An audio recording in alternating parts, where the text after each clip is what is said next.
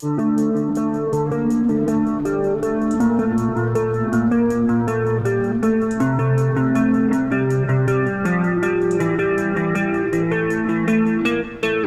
you go. Right, before we get into this video proper, I've got a bit of a gripe and a bit of a request for help, really. I'll start with the gripe, we'll get that out of the way first. And this gripe is directed at people who don't represent the mainstream of viewers to this channel, but it is getting on my wick a bit. Now, granted, I do tend to procrastinate a little bit at the beginning of each video. I'll tell you a little story or relay some experience that I've had that will lead you into the main subject of the video. That's the way I make my videos. That's my style, if you like. But I'm getting an increasing number of complaints in the comments section from big girls' blouses spitting the dummies out because I'm not immediately getting into the subject of the video that they were expecting to hear the minute they clicked play. Now, I learned a long time ago not to try and reason in any way with these people, but unfortunately it drags some of the more loyal viewers into what ultimately erupts into an argument. So a message to that minority that gets a trouser tent over leaving that kind of comment on people's channels. If you do it on this one, you will just instantly be blocked from commenting for life. And that's all I've got to say on that. Right, so in a moment or two we're going to get onto this whole Euro 5 emissions thing. But first, and again this is something else that I've received a bit of flack over in the past, subscriptions. I'll say the usual spiel first and then I'll explain why I've started saying this at the beginning of each video. If you're watching this video and you enjoy the content, please subscribe to this channel, and if you do subscribe, hit the notification bell and then go into the settings on your account and make sure that all notifications are enabled. And then I say the bit about please like this video, only if you actually do like it, obviously. Now, the reason I've started saying this at the beginning of videos rather than at the end is that YouTube most of the time is actually broken, but at the moment it's broken in the direction of subscriptions.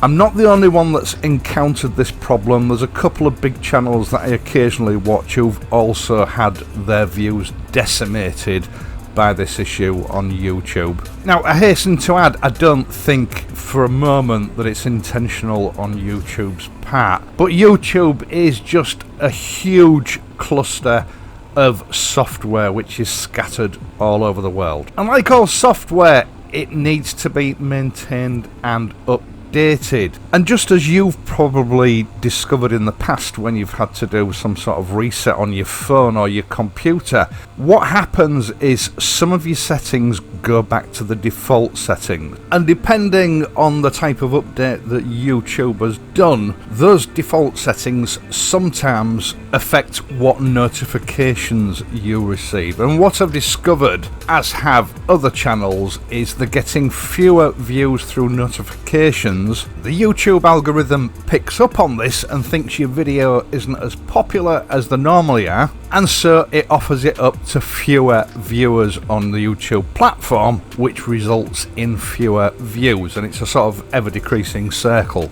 And I know this is what is happening because I can tell by the figures that show up in my analytics, and I also get emails and messages from people telling me that they've stopped receiving notifications. So there we go, you're all in the loop now. Let's get on.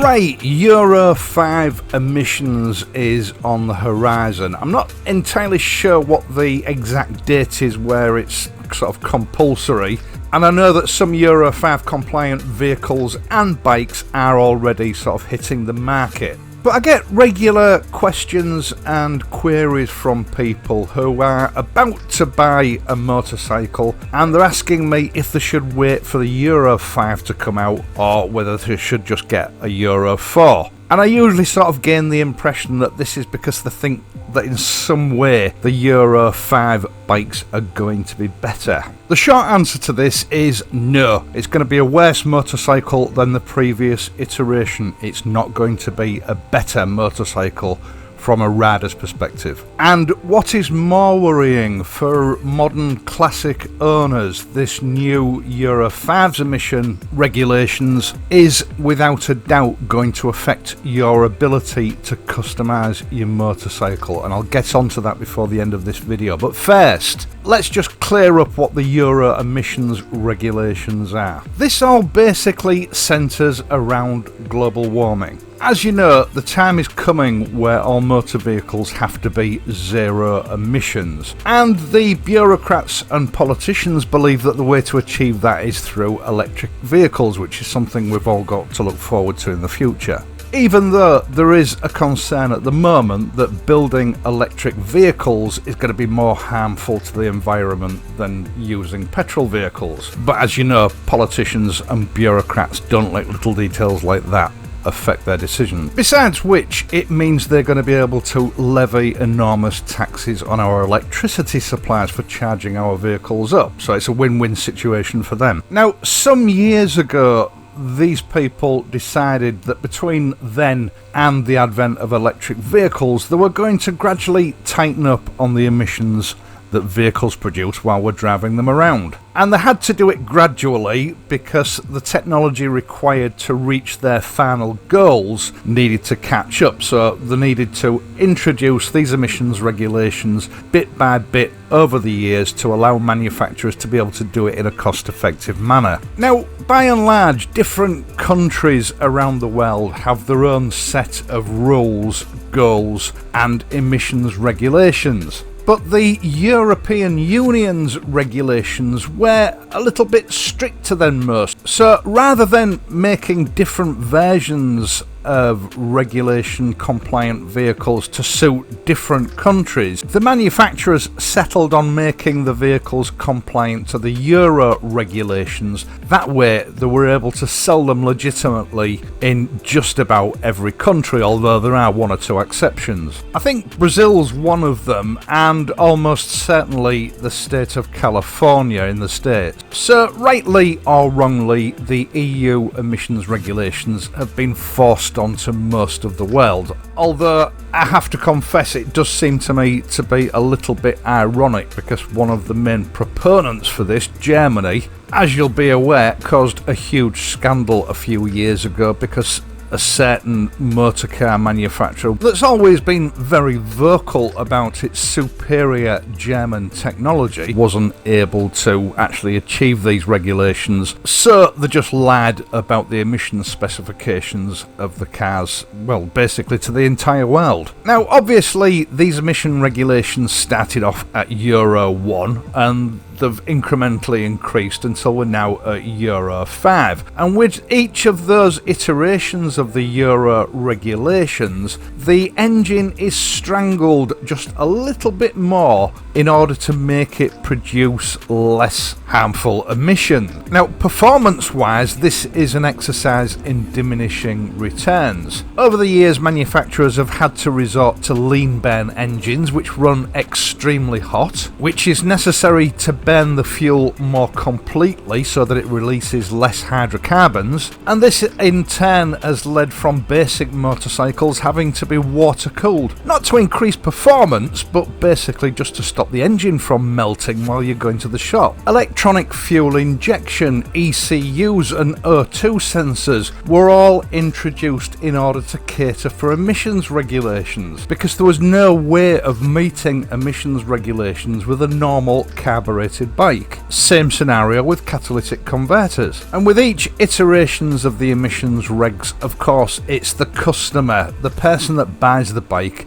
that bears the brunt of the cost. Now, sticking to bikes for the moment, most bike manufacturers have details of what the targets are going to be for, let's say, Euro 6 and even Euro 7, so that they can be prepared for the change when it comes. Now, the problem with the Euro emissions is with each iteration it becomes more difficult to maintain performance whilst at the same time achieving the emissions output that's required. So some bike manufacturers have been a bit sneaky and they've future-proofed their engines so they don't have to keep redeveloping engines. And this is partly why we've seen this current trend of motorcycles that are a far larger capacity than they need to be. Basically, they build this huge engine that's capable of, I don't know, 100, 110 brake horsepower, and then they restrict it to 70 or 80 horsepower. That way, when the next iteration of the emissions regulations comes along, they can make the necessary modifications to get it to meet those emissions regs, and then simply flash an update through the ECU, maybe alter the camshaft profiles to replace the lost power. This makes the whole process a lot cheaper for the manufacturer, but I've never really liked that, because to me, you're just ripping off your early customers for that model, which is what happened with Triumph and the early Street Twin. Triumph realised that they were going to be onto a loser when the Interceptor and the Continental GT 650 came onto the market, because they were a lot cheaper, they were a lot more accessible, and the performance figures were very similar. So years ahead of schedule, Triumph were able to update the Street Twin, give it an extra 10 horsepower, and added a few more baubles in order to make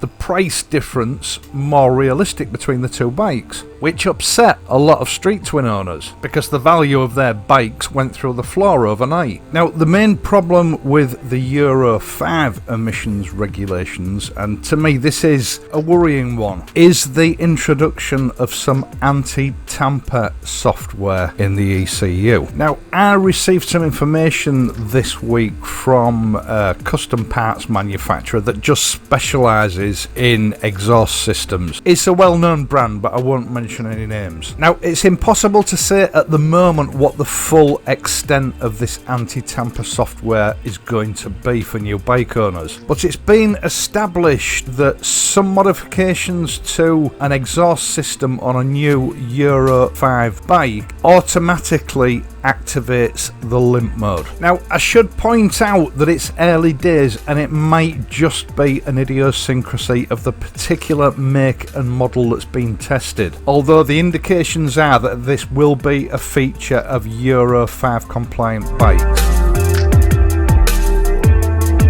Now, from the point of view of people that like to customise their new bikes, this is going to seriously take a lot of enjoyment out of bike ownership. It's probably going to mean that decatting your bike won't be possible, and you may even be limited to only being able to fit exhaust systems that are made by the manufacturer of the bike, which, as we all know, means that they're going to charge over the odds for replacements. Now, I found this a bit odd because legislation was introduced in 2015 to enforce learning ECUs on motorcycle and car manufacturers, and it was introduced basically to stop manufacturers from ripping vehicle owners off. The reason being, if you've got a 10-year-old bike and your exhaust rots out and you need a new exhaust, it's unreasonable to expect the owner of that bike to fork out £600 for a set of exhausts for a bike that's only worth £400 or £500. It was also intended to stop manufacturers from putting a specific map on the ECU for the bike, so that if the owner had to replace their exhaust, they had to go back to the manufacturer and pay an exorbitant amount to have the ECU remapped. So it's odd that that fairness for the consumer all now seems to have gone out of the window.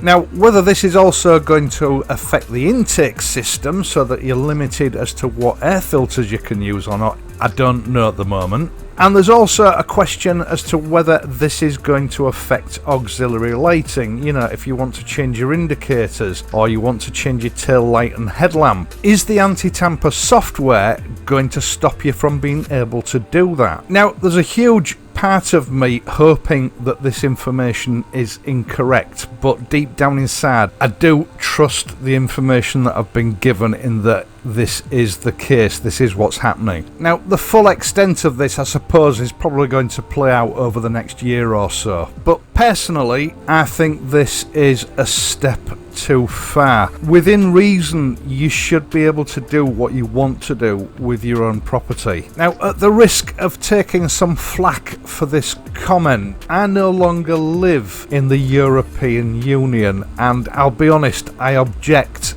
to some department in Brussels dictating to me how I personalise a machine that I've paid for with my money. So my advice to anybody that is currently in the market for a new bike: do not wait for Euro 5 models to come out. Grab a Euro 4 while they're still available. Right, once again, thank you so much for watching this and my other videos, and in doing so helping to support this channel. I really do appreciate it. I am of course going to be back on Friday, so until then, if you're riding during this lockdown for whatever reason, please ride safely, and I'll see you soon.